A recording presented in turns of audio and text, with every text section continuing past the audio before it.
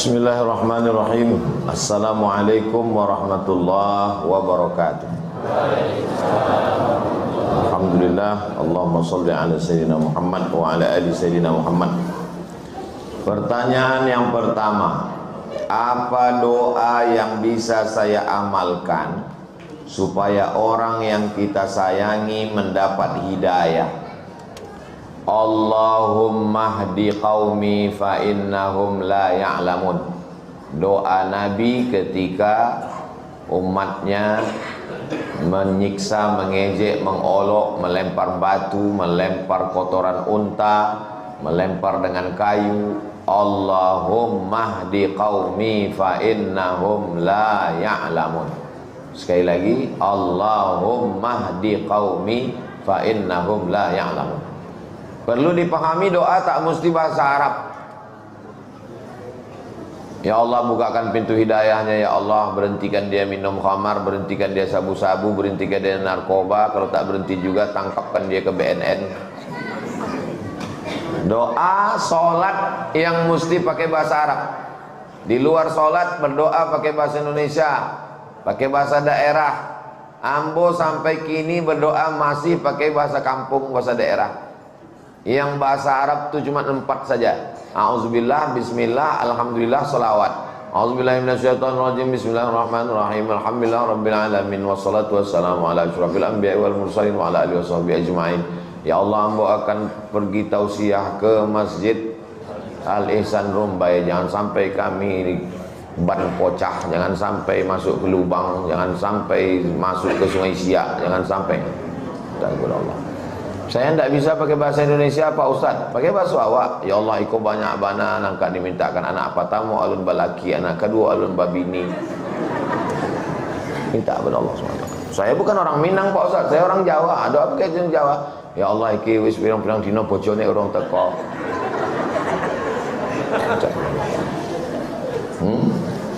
Banyak orang sekarang tidak berdoa, tapi menghafal doa. Banyak orang tidak berdoa tapi membaca doa. Kita bukan membaca doa, kita berdoa. Jangan-jangan waktu sholat itu pun kita membaca doa, tak berdoa, hanya mengulang hafalan. Allah. Padahal kita sedang berdoa. Rabbighfirli warhamni wajburni warfa'ni warzuqni wahdini wa'afini wa'afani. Jadi doakanlah saudara kita itu. Kapan doa yang paling mantap, paling bagus? Aqrabu ma yakunul 'abdu min rabbih wa huwa sajid. Orang paling dekat dengan Allah waktu dia sedang bersujud. Fa'akthiru fihi doa. Perbanyaklah doa waktu sujud. Kalau bisa pakai bahasa Arab, Allahumma hdi qaumi fa innahum la ya'lamun. Kalau tak bisa pakai bahasa Indonesia, dalam hati saja. Di sujud malam, tengah malam, solat sunat hajat 2 rakaat. Hajatnya supaya dia dapat hidayah. Usolli sunnatal hajat raka'ataini lillahi ta'ala. 30 malam Ramadan nanti buat supaya dia dapat hidayah. Minta kepada Allah Subhanahu wa ta'ala. Ad-doa silahul mu'min. Doa itu senjatanya orang beriman. Ad-doa mukhul ibadah. Doa itu adalah otaknya ibadah. Manusia ini otaknya yang paling penting. Tak ada otak, makan otak-otak. Otaknya ibadah itu adalah doa. Orang yang tak mau berdoa sombong, angkuh. Tadi Ustaz Somad kami tengok tak ada berdoa. Selesai salam langsung ke setelah. Saya tadi malam balik dari dari kampung Durian. Sampai rumah jam 2. Bangun jam 4. Dan saya tengok imam tu sudah bercabang 2. Maka tidur saya sebelah. Tidur agak 5 menit, itu cas balik. Baru 2 jam saya tidur. Itu maka jadi bukan saya tak berdoa selesai sholat. Ini banyak orang selesai sholat tak berdoa lagi. Assalamualaikum, pergi. Kau kenapa tak berdoa? Alah, doa yang lamanya belum makbul, ngapain doa baru lagi, Pak Ustaz? Apa ini? Saya tak tahu doa saya itu entah diterima Allah atau tidak, tapi saya terus berdoa. Kenapa Ustaz terus berdoa? Karena doa adalah ibadah. Bapak selama ini sholat, ada rupanya datang kiriman balasan WhatsApp, sholat Anda sudah diterima. Ada. Mana? Kenapa Bapak Ibu terus sholat? Karena sholat adalah ibadah. Berdoa terus. Sebagaimana Allah tidak pernah bosan menerima doa, maka kita berdoa. minta kepada Allah Subhanahu wa taala. Tak ada ruginya berdoa. Apakah boleh kita minjam uang untuk usaha ke bank konvensional? Minjam ke bank konvensional duit, dikasihnya duit. Pinjam duit 1 juta, bayarnya 1,5 juta. Yang 500.000 bunga. Minjam ke rentenir begitu juga. Minjam ke lintah darat. Pokoknya semua yang di air itu kalau sudah naik ke darat jahat. Contohnya lintah darat, buaya. Nah, tahu semuanya. Tak boleh. Prinsipnya uang dengan uang tak bisa. Karena bank syariah bunganya lebih besar. Bank syariah tak ada pakai bunga. Ini akibat tidak memahami konsep ekonomi syariah. Begini, saya mau jelaskan secara simpel, tidak macam di kampus. Saya mau beli mobil. Harga mobil 100 juta. Tapi saya tak punya duit. Datang saya ke bank konvensional. Selamat pagi Bapak. Dah jual awak Ustaz, selamat pagi jo. Deknya bank konvensional. Saya mau minjam duit untuk beli mobil. Dikasihnya lah pinjaman duit 100 juta. Tapi nanti bayarnya 150 juta. Yang 50 itu bunga. Saya datang ke bank syariah, BRKS, Bank Riau Kepri Syariah. Saya pun datang. Assalamualaikum warahmatullahi wabarakatuh. Bapak mau apa? Saya mau beli mobil. Saya mau minjam duit. Kata orang BRKS, kami tidak meminjamkan uang. Karena minjam uang, bayar uang adalah riba. Bapak, uang ini untuk apa Pak Ustadz? Saya mau beli mobil 100 juta tapi duit saya kurang. Oh, kalau begitu bank membelikan mobil. Ini BRKS membeli mobil secara cash. Dibelinya mobil itu secara cash. Sekarang mobilnya punya siapa? Tak usah dijawab, saya menjawab sendiri. Setelah mobilnya dibeli, sekarang mobil ini adalah milik BRKS. Lalu saya datang membeli mobil dengan cara cicil. Akadnya adalah uang dengan barang, bukan uang dengan uang. Bagi yang tak paham, alah sama aja itu. Kan uang juga keluar, betul, tapi dia tak sampai akalnya ke situ. Kurang akal minum ayaka. Kalau ini tadi uang dengan uang, kalau ini bukan masalah. Ini lebih besar, ini menyelamatkan kita dari riba. Kalau uang dengan uang riba, tapi kalau uang dengan barang tidak riba. Saya mau jual sepeda motor. Bapak beli sepeda motor saya, tapi tidak lunas, cash. Dengan cara cash, dengan cara diangsur. Apakah mengangsur sepeda motor ke saya itu hukumnya riba? Tidak. Lalu kenapa kredit sekarang riba? Karena ada orang ketiga di antara kita. Siapa dia? Finance. Finance inilah yang riba itu. Karena finance, jasa keuangan adalah uang dengan uang. Jelas? Jelas insya Allah. Kalau ada yang bilang belum jelas, itu belum sarapan deh. Afwan Ustaz, saya ini memiliki ego yang tinggi sehingga sering membuat orang lain bermusuhan dengan saya. Memasuki bulan Ramadan ini, ego saya ingin supaya bisa dikontrol. Bagaimana cara mengontrol ego kita, Pak Ustadz?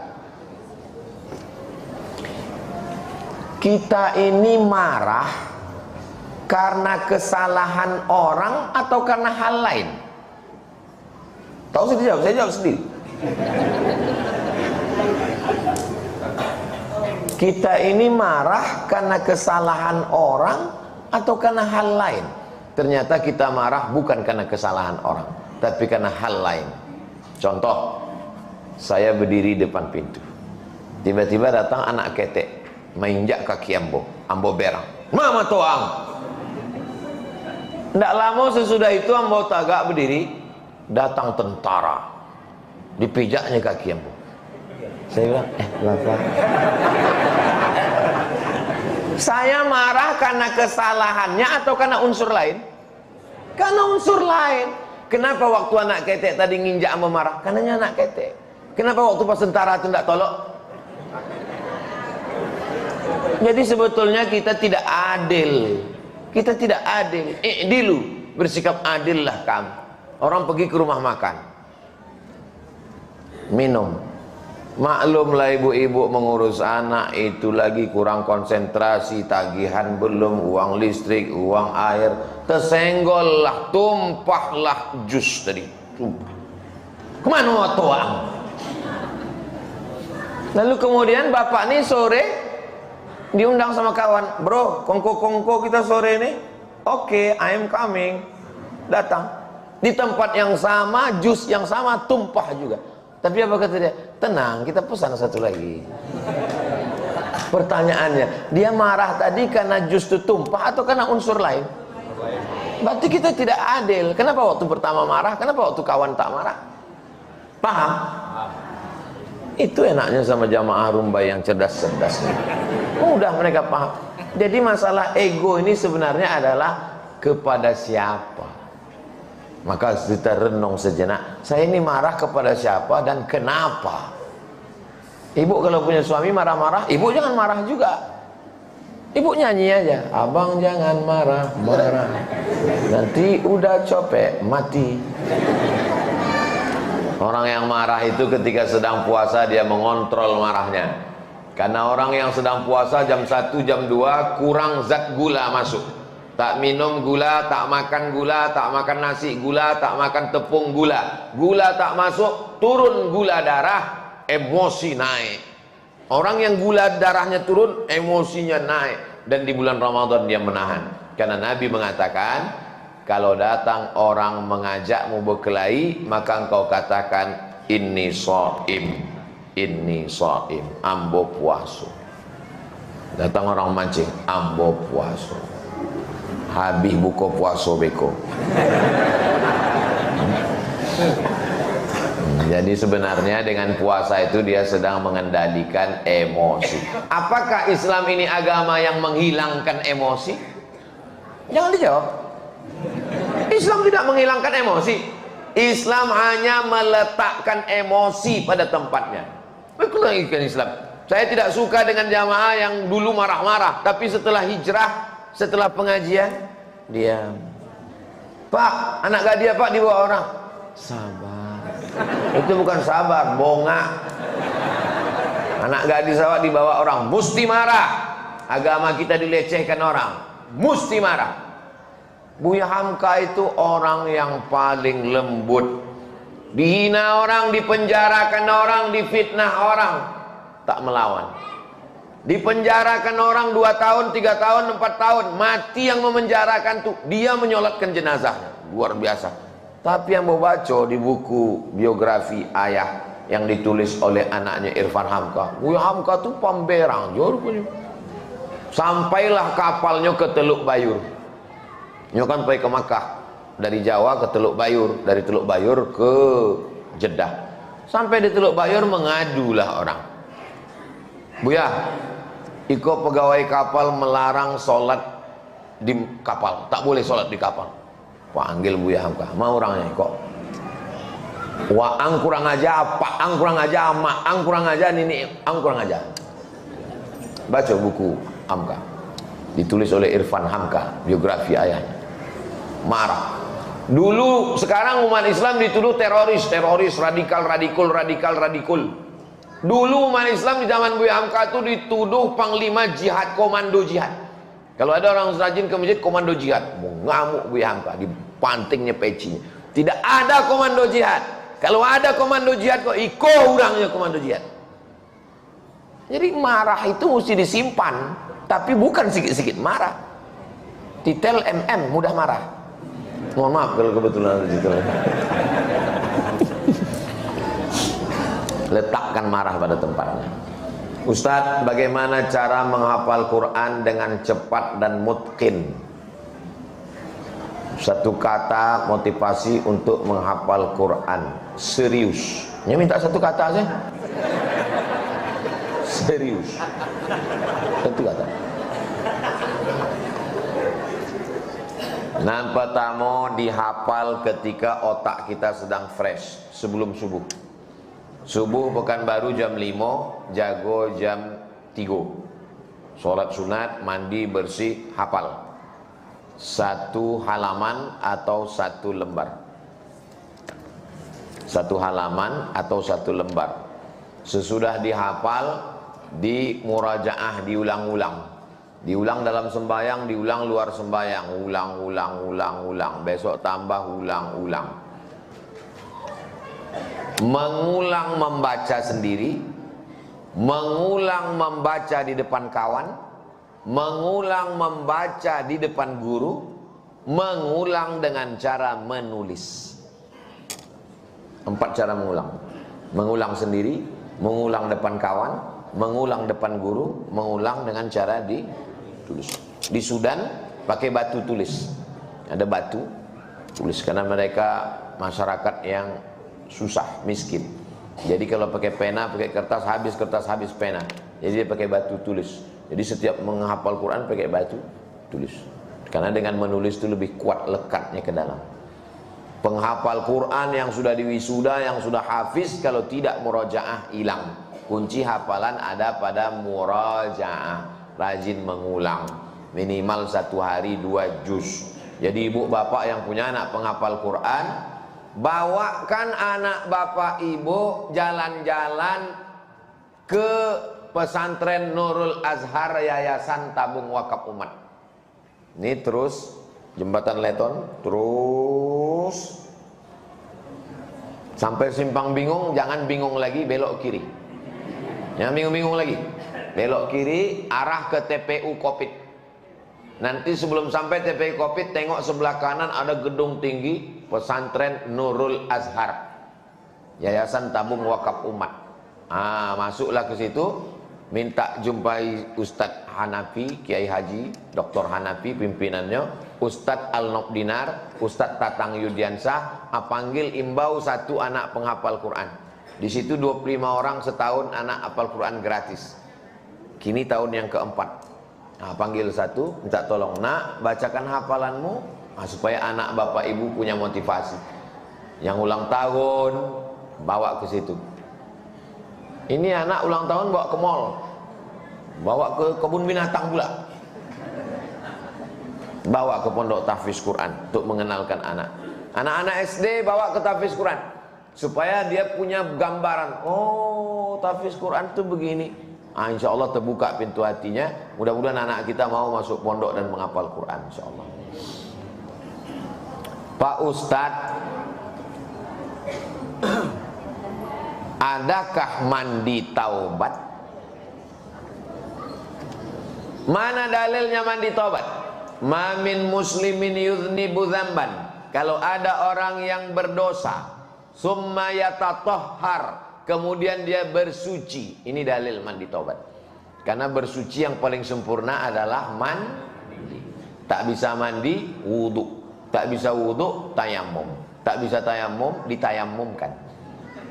Awak ambilkan tanah, ditayamumkan dia. Tak bisa tayamumkan, berarti sudah mimda tema tayabawati. Nah, ada joleh itulah. Maka yang bersuci paling bagus adalah mandi. Niat mandi taubat. Macam mana mandi taubat itu? Basah dari ujung rambut sampai ke ujung kaki. Sesungguhnya mandi belimau itu adalah mandi taubat. Karena besok mau Ramadan, petang ini dia mandi bersih semua. Cuman cara ulama dulu. Kenapa disebut belimau? Karena mandinya pakai limau. Kalau pakai sabun, bersabun, bersampo. Zaman dulu tak ada sabun, tak ada sampo, pakai limau, maka disebut belimau. Kalau orang Inggris berorange, orange juice. Sesudah mandi taubat, ma min muslimin yuznibu dzamban, summa yatatahhar, mandi, berwudu, tayamum, summa yusalli rak'ataini, sembahyang sunat 2 rakaat. Sembahyang apa namanya? Salat sunat taubat. Summa yastaghfirullah, sudah itu istighfar minta ampun kepada Allah. Astaghfirullahalazim, astaghfirullahalazim, astaghfirullahalazim. illa ghafarallahu lah, Allah ampunkan dosanya. Mudah-mudahan Allah mengampunkan dosa-dosa kita. Saya pernah kuliah di salah satu universitas Islam. Salah satu dosen saya mengatakan cara yang benar buka puasa itu dengan membatalkannya, yaitu makan minum dulu, setelah makan minum baru baca doa. Allahu Akbar, Allahu Akbar. Ambil kurma, Bismillahirrahmanirrahim. Sesudah makan kurma baru berdoa, Allahumma laka sumtu wa bika amantu wa ala. Itu konten. Kalau prakteknya setelah masuk kurma itu menyusullah kurma-kurma selanjutnya. Itu doa itu lah. Bukan sesederhana itu. Jadi masalah, makanya bunyi doanya indal iftar, bukan qoblal iftar atau ba'dal iftar. Kenapa dipilih kata inda ketika? Karena kalau disebut ba'da atau qabla berat umat Islam ini. Maknanya inda itu boleh sebelum, boleh sesudah. Ada orang ditumpuknya doa itu di awal. A'udzubillahi minasyaitonirrajim. Bismillahirrahmanirrahim. Allahumma barik lana fima razaqtana wa qina azabannar. Zahabat dhama'u wa batallatil uruq wa thabatal ajru. Allahumma lakas sumtu. Karena sesudah itu tak sanggup dia lagi berdoa. Pupa. Yang berdoa sesudah makan betul, yang berdoa sebelum makan betul, karena bunyinya indal iftar. Tak ada yang salah. Yang tak berdoa pun tak salah. Kenapa? Karena doa makan paling pendek, bismillah. Allahumma barik lana fima razaqtana, hadis dhaif. Allahumma lakas sumtu, dhaif. Dhahabaz zama'u, dhaif. Yang sahih, bismillah. Sudah lapar kali sudah. Assalamualaikum warahmatullahi wabarakatuh. Saya pernah meniatkan diri puasa nazar. Apabila suatu hal terjadi maupun tak terjadi, maka saya puasa nazar sebanyak sekian hari. Nazar mewajibkan yang sunat. Puasa itu sebetulnya hukumnya sunat, kecuali puasa Ramadan, kecuali puasa kafarat sumpah. Tapi karena dinazarkan, maka berubah naik derajatnya dari sunat menjadi wajib. Bersedekah tadi, sedekah pagi, sunat. Tapi karena bernazar, kalau lulus anakku ini nanti aku bersedekah tiap pagi 100.000 selama 10 hari. Berubah dia dari sunat menjadi wajib. Itu nazar. Lalu suatu hal tersebut terjadi sesuai dengan saya minta dengan Allah. Namun di tengah perjalanan saya melunasi hutang puasa tersebut, saya merasa tak sanggup untuk melunasi hutang puasa. Makanya jangan suka mengobrol nazar. Suka kali bernazar. Nanti kalau anak ini lulus saya akan berkurban, nanti kalau ini saya akan puasa. Satu pun tak dibuat. Bagaimana hukumnya Pak Ustadz? Apakah kafarat saya diterima atau saya sebaiknya mencoba mengangsur puasa? Tidak bisa menebus puasa nazar dengan yang lain, kecuali dia dikatakan dokter ini penyakit mah akut. Bapak jangan puasa lagi ya Pak. Kalau saya puasa, kalau Bapak puasa, Bapak mati. Maka wa'alal ladzina yutiqunahu fidyatun ta'amu miskin. Maka berubahlah menjadi membayar fidyah. Bagaimana dengan membayar kafarat sumpah? Kafarat sumpah membayarnya la yu'akhidhukumullahu billaghwi fi aymanikum walakin yu'akhidhukum bima kasabat qulubukum. Bagaimana caranya? Fa kafaratuhu it'amu asyarati masakin. Misalnya ada orang bersumpah. Saya jumpa sama orang di Makkah. Istrinya meninggal, nikah sama orang Indonesia. Dia cerita sama saya, kata dia, saya dulu Pak Ustadz, waktu istri saya meninggal, menangis saya, ya Allah, aku sampai mati takkan berbini. Gitu. Sesudah sebulan, terkonang tak berbini. Jadi cuman saya bilang, kata dia berbini, dibayarnya lah kafarat sumpahnya tadi. Membayar kafarat nazar sama dengan bayar kafarat sumpah. It'amu asyarati masakin. kasih makan 10 fakir miskin. Makan pagi, makan siang, makan malam. Menurut Basnas DKI, makan pagi, makan siang, makan malam itu sehari 60.000. Berarti kalau 10 hari 600. 2. Aukiswatuhum, kasih makan, kasih pakaian 10 fakir miskin. Ketiga, au tahriru raqabah, membebaskan budak hamba sahaya. Tak ada lagi budak hamba sahaya sekarang. Faman lam yajid fasiyamu salasati ayyam. Siapa yang tak sanggup maka puasa 3 hari. Maka ibu jangan percaya kepada sumpah bapak. Puasa di 3 hari selesai, Bu. Saya menyampaikan ini membela ibu ini. Saya ini mendengar suara perasaan kalian, Besti. Jangan percaya pada sumpah, karena begitu mudahnya orang bersumpah. Adapun nazar puasa tadi, maka dia teruslah angsur. Dia tak sebutnya berapa utang puasanya, maka angsur. Utang puasa saya Pak Ustadz 90 hari Pak Ustadz. Mengandung anak pertama 30 hari. Menyusukan tahun pertama 30 hari. Menyusukan tahun kedua 30 hari. 90 hari hutang untuk satu anak. Anakku, kau lahir ke atas dunia ini 90 hari makmu tak puasa. Jangan kau lawan mak. Jangan kau cakap kasar. Jangan kau melawan. Karena 90 hari dia tak puasa, melahirkan kau meregang nyawa, melahirkan kau dunia ini. Banyak anak-anak sekarang ini melawan, disangkanya melahirkan ini macam bersin. Hacim lahir. Berapa lama kami mengganti puasa 90 hari ini Pak Ustaz? Setahun lunas. Bagaimana caranya? Senin Kamis, Senin Kamis, Senin Kamis, Senin Kamis selama sebulan. Berapa hari? 8 hari. 10 bulan? 80 hari. 11 bulan? 88 hari. Tambah 2 hari. 90 hari lunas. Istiqomah puasa Senin Kamis. Tapi niatnya bukan puasa sunat. Niatnya puasa qadha. Niat puasa qadha pada hari Senin di bulan Muharram. Dapat 3. Qadhanya lunas, Seninnya dapat, dan dapat puasa bulan haram. Istiqomahkan saja. Nah, itu kan teori Ustadz ceramah. Enggak, almarhumah mak saya mengamalkannya. Orang tua istri tanya, berapa utangmu?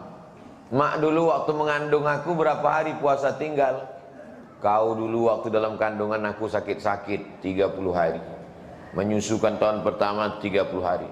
Di qadhanya Senin Kamis, Senin Kamis, berlebih puasanya bertahun-tahun. Karena dia tak pernah meninggalkan puasa Senin Kamis. Meninggal hari Senin 11 Rajab 18 Maret 2019, malam Senin, habis tahajud, habis makan sahur, habis mandi bersih. Karena dibilangnya aku tak punya anak perempuan, susah kau nanti menjaga aku, memandikan aku. Aku berdoa kepada Allah, aku mau mati dalam keadaan sehat, habis mandi, bersih, matilah hendaknya. Sampai doanya dikabulkan Allah. Dan sehat walafiat, puasa umurnya 71 tahun, tak tinggal puasa Senin Kamis.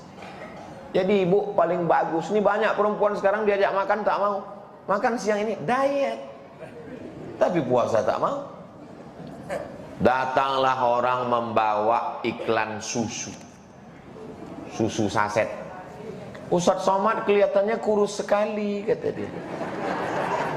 Ustadz biar lebih berwibawa minum susu ini, menambah berat badan. Banyaklah iklannya bla bla bla bla. Habis itu saya tanya, pernah kau ke Masjid Agung An-Nur? Pernah Pak Ustadz. Nampak orang lari-lari berkeliling pakai baju kresek sampah? Ya Pak Ustadz. Untuk apa mereka lari itu? Biar kurus Pak Ustadz. Aku tak lari udah kurus. Untuk apa aku lagi makan susu ini? Tak usah pusing mau kurus mau gemuk, yang penting sehat. Kalau didengarkan cakap manusia ini capek kita. Kurus kita dibilang kita tak makan, gemuk kita dibilangnya pertumbuhan itu ke atas bukan ke samping, kita udah mati kita. Hidup ini sebetulnya tak sulit. Yang sulit itu adalah mendengarkan cakap. Tahu semua aja. Di akhir majelis mari kita sama berdoa pada Allah. Mudah-mudahan keluarga sakinah mawaddah warahmah, anak-anak soleh dan solihah, istiqomah iman dan Islam sampai mati husnul khatimah, masuk surga bersama Rasulullah sallallahu alaihi wasallam. Al-Fatihah. A'udzu billahi minasy syaithanir rajim. Bismillahirrahmanirrahim. Alhamdulillahirabbil alamin. Ar-Rahmanir Rahim. Maliki yaumiddin. Iyyaka na'budu wa iyyaka nasta'in. Ihdinas siratal mustaqim, siratal ladzina an'amta 'alaihim ghairil maghdubi 'alaihim waladdallin. Amin. Allahumma shalli ala sayyidina Muhammad wa ala ali sayyidina Muhammad. Assalamu alayka ya Rasulullah. Allahumma anzilir rahmata was salamata wal barakata ala hadhil jamaah. Ya Allah, turunkanlah keselamatan, kerahmatan, keberkahan kepada seluruh jamaah ini ya Allah. Allahumma ja'alna muqimas shalah, jadikan kami orang yang menegakkan salat. Wa min dzurriyyatina, sampai anak cucu kami sampai hari kiamat ya Allah. Allahumma ja'alna min mu'ammiri masajidik, jadikan kami orang yang memakmurkan masjidmu ya Allah. Allahumma taqabbal minna a'malana, terimalah segala amal kami ini ya Allah. Allahumma barik lana fi Sya'ban, berikan kami berkah di bulan Sya'ban. Wa ballighna Ramadan, sampaikan kami ke bulan Ramadan. Allahumma ja'alna minal ladzina yastami'una al-qawla fayattabi'una ahsanah, jadikan kami orang-orang yang mendengarkan ucapan baik mengiringinya dengan amal yang baik. Allahumma khtim bis salihati a'malana, tutuplah amal-amal kami ini dengan husnul khatimah. Wa ja'al akhira kalamina, jadikan akhir kalam kami indantihai ajalina, ketika ajal kami sampai la ilaha illallah Muhammad Rasulullah sallallahu alaihi wasallam, kalimatu haqqin 'alaiha nahya wa 'alaiha namut wa biha nub'atsu insyaallah taala minal aminin. Rabbana taqabbal minna salatana wa siyamana wa qiyamana wa ruku'ana wa sujudana wa takhashu'ana wa ta'abbudana wa tammim taqsirana. Terimalah salat kami, puasa kami, bacaan Quran kami, zikir kami, sempurnakan segala kekurangan kami ya Allah. Rabbana fir lana dzunubana, ampunkan dosa kami, wali abaina, ayah kami, wali ummahatina, mak kami, wali azwajina, pasangan hidup kami, wali dzurriyyatina, anak cucu keturunan kami, wali masyayikhina, guru-guru, semua yang hadir di majelis ilmu ini ya Allah. Rabbana atina fid dunya hasanah wa fil akhirati hasanah wa qina adzabannar. Wa sallallahu ala sayyidina Muhammad wa ala alihi wa sahbihi wa sallam, walhamdulillahi rabbil alamin. Taqabbalallahu minkum minna wa minkum taqabbal ya karim.